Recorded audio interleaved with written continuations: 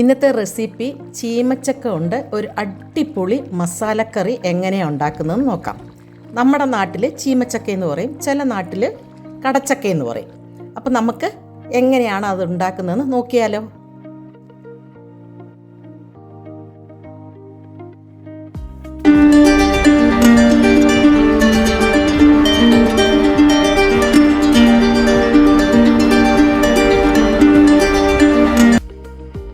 ഏകദേശം നല്ല വലിപ്പത്തിലുള്ള ഒരു ചീമച്ചക്ക തന്നെയാണ് എനിക്കിവിടെ കിട്ടിയേക്കുന്നത്.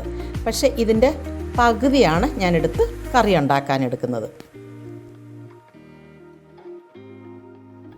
ഇതിൻ്റെ കൂടെ നമ്മൾ ചെറിയ ഉള്ളി ഇടുന്നുണ്ട്, പിന്നെ ഒരു വലിയൊരു സവാള ചെറിയ പീസായിട്ട് കട്ട് ചെയ്യണം, എന്നിട്ട് 5-6 പച്ചമുളകും കൂടെ വേണം.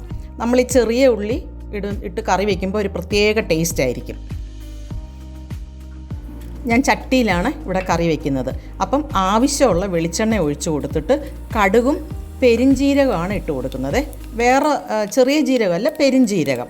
എന്നിട്ട് കരിയാപ്പിലയും കൂടെ ഇട്ട് കൊടുത്തിട്ട് അത് നല്ല മൂത്ത് വരുമ്പോൾ നമ്മളിവിടെ ക്യൂബായിട്ട് കട്ട് ചെയ്ത് ചീമച്ചക്ക വെച്ചിട്ടുണ്ട്.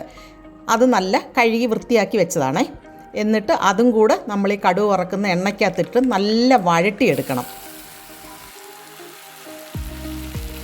ഇതിപ്പോൾ ഈ ചീമച്ചക്ക നല്ല വിളഞ്ഞ ചീമച്ചക്കയാണ്. ഇപ്പോൾ ചീമച്ചക്കയുടെ സീസണാണ്, അതുകൊണ്ട് നല്ല ചീമച്ചക്ക തന്നെ നമുക്ക് കിട്ടുന്നുണ്ട്. ഈ ചീമച്ചക്ക വഴറ്റുന്നതിൻ്റെ കൂട്ടത്തിൽ നമ്മൾ എടുത്തു വെച്ചേക്കുന്ന ചെറിയ ഉള്ളിയും സവാളയും പച്ചമുളകും കൂടി ഇട്ട് കൊടുക്കണം.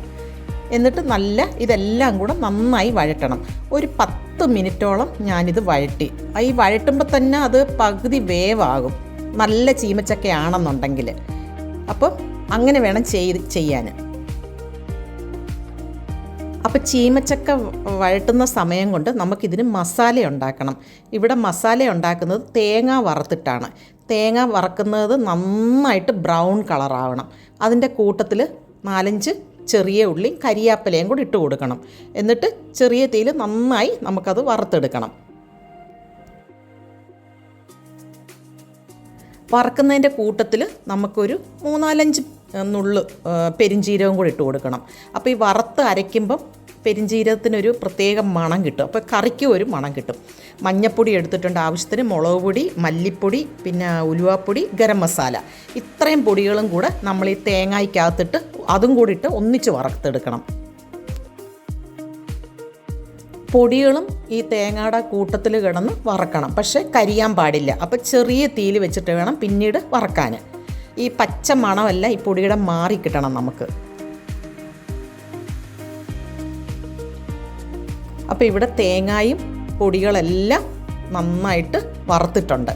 എന്നിട്ട് നമുക്ക് മിക്സിയിലിട്ട് അരച്ചെടുക്കണം.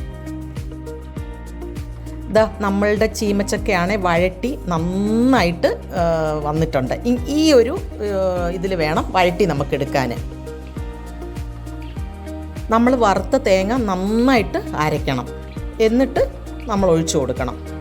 എന്നിട്ട് ആ മിക്സിയും കൂടെ ഒന്നുകൂടെ കഴുകി ആ വെള്ളം കൂടെ ഒഴിച്ചു കൊടുക്കണം.